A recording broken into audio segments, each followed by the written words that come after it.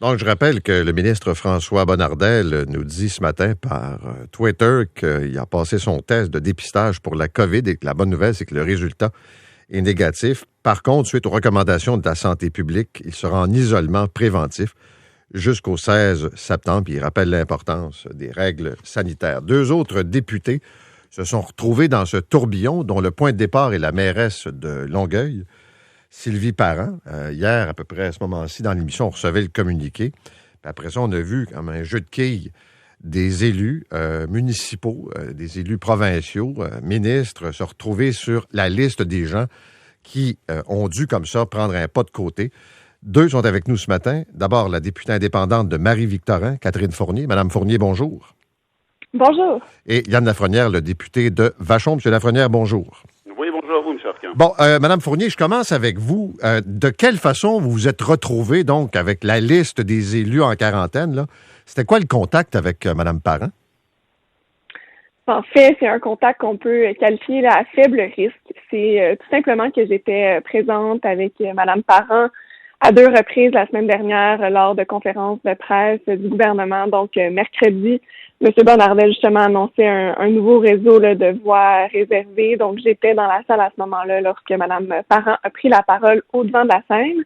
Et le lendemain, le jeudi, j'étais dans une école de Saint-Hubert là, avec M. Lafrenière également pour une annonce là, concernant des nouvelles écoles chez nous à Longueuil. Donc, à ce moment-là, on a pris une photo à peu près à 1 mètre de distance avec masque. Donc, on a toujours gardé quand même là, les mesures de protection. Comme je dis, le plus proche que j'ai été de Mme Parent, c'est 2 minutes pour une photo là, à peu près 1 mètre. Mais autrement, là, vraiment, tout était respecté. Même les chaises étaient disposées. Donc, on s'entend que le risque est faible, mais je suis quand même allée passer le test là, hier par mesure de prévention. Est-ce que vous avez eu le résultat?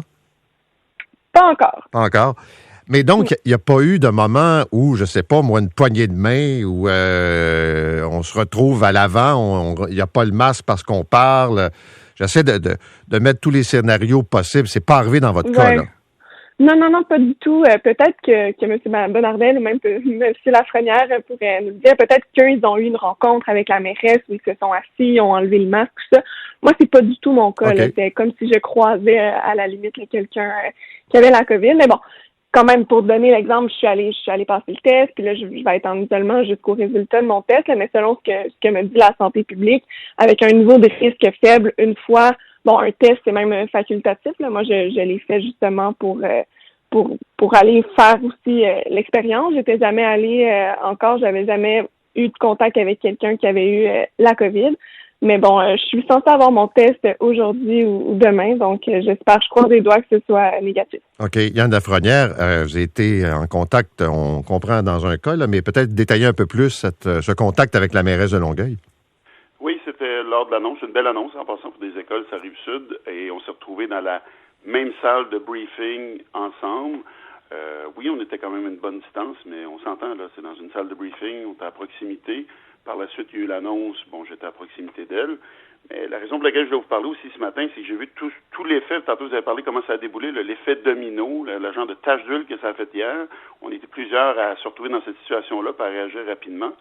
Puis moi, je me disais, la dernière chose que je veux, là, c'est que les gens aient la crainte de le rapporter publiquement, de crainte d'être stressés ou de se faire dire, écoute, comment les gens vont me juger parce que j'ai la COVID. Puis je vais vous dire, bien honnêtement, Paul, moi, hier, la première priorité que j'ai eue, ça a été, oui, d'appeler tout le monde que j'ai croisé depuis jeudi passé.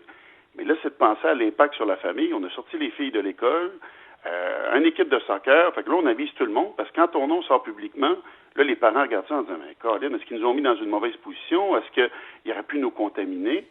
Moi aussi, j'ai pas de symptômes aujourd'hui, mais on prend pas de chance.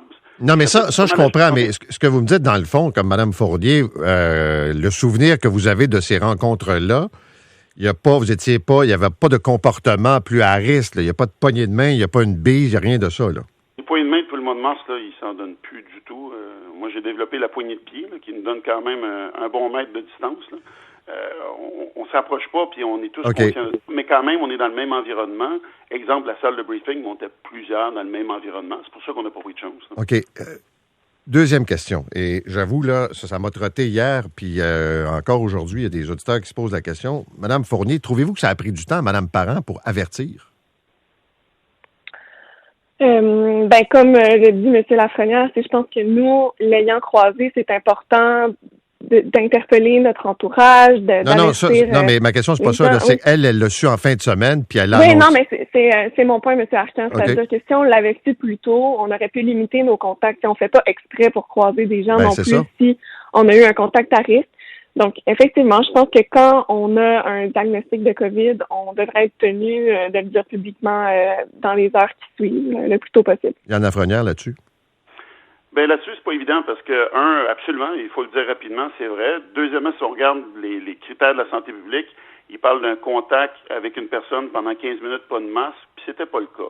Fait que si on regarde textuellement, selon le livre, elle était pas tenue de le faire, mais je pense que c'est une leçon apprise pour tout le monde de se dire c'est important de le dire rapidement parce que, comme disait Catherine, moi, il y a bien des gens en fin de semaine que j'aurais pas vu, là. Il y a bien des gens que je me serais privé d'aller voir. Par exemple, hier matin, ma grand-mère avait besoin de quelque chose, je serais pas allé y porter, là. À 101 ans, là, je l'aurais jamais mis dans cette situation-là. Fait que c'est sûr qu'il y a des choses qu'on aurait fait différemment, mais je pense que c'est une leçon apprise pour tout le monde aussi, là. Troisième question. Pensez-vous que ces rencontres, là, puis je comprends que vous devez faire votre job de député et tout ça, mais que dans un contexte où on note dans certaines régions un relâchement, une augmentation des cas, puis il y a une inquiétude de la santé publique, là, puis bon, on ne devrait pas mettre un stop. Je ne dis pas de pas avoir de rencontres, mais souvent, là, des rencontres de presse ou des présentations, couper un ruban, c'est correct, là, ça fait partie de la job, mais est-ce que c'est encore utile pour les semaines à venir, dans le contexte? Madame Fournier. Vous soulevez un bon point, M. Arcan. Je pense que c'est peut-être un peu superflu dans le contexte. Puis, tu sais, d'avoir un exemple comme celui-là, je pense que ça nous frappe. T'sais, Yann parlait d'un effet domino. C'est vraiment le cas. Je pense qu'on le voit d'autant plus ce matin. Donc, je pense que ça amène cette réflexion-là. Est-ce qu'on peut garder certains événements qui sont essentiels, puis peut-être le reste de le réinventer un peu comme on faisait ce printemps. Je pense que l'objectif du contexte que l'on vit présentement, c'est de réduire le plus possible nos contacts. Donc, il faut clairement y penser. Parfait. Merci beaucoup à tous les deux. Bonne journée. Yann Lafrenière. Hey, Yann, t'as pas eu ton résultat de test non plus? J'ai oublié de poser la question. Non, pas encore. J'attends ça, puis je peux vous dire que l'équipe de soccer de ma fille attend ça avec une impatience démesurée aussi. J'imagine. Merci beaucoup à tous les deux. Merci. Catherine Fournier, députée indépendante de Marie-Victorin, et Yann Lafrenière, le député de Vachon pour la CAQ. C'est ça. Un, c'est bien utile, ce genre de rencontre-là. Deux, pourquoi ça a pris du temps? Il me semble que quand t'es mairesse, maire, là, tu as le résultat, t'envoies du monde comme... T'annonces ça plus vite. Je sais qu'il y a des gens qui l'ont appris hier pendant le point de presse qu'ils donnaient. Voilà. 9h12.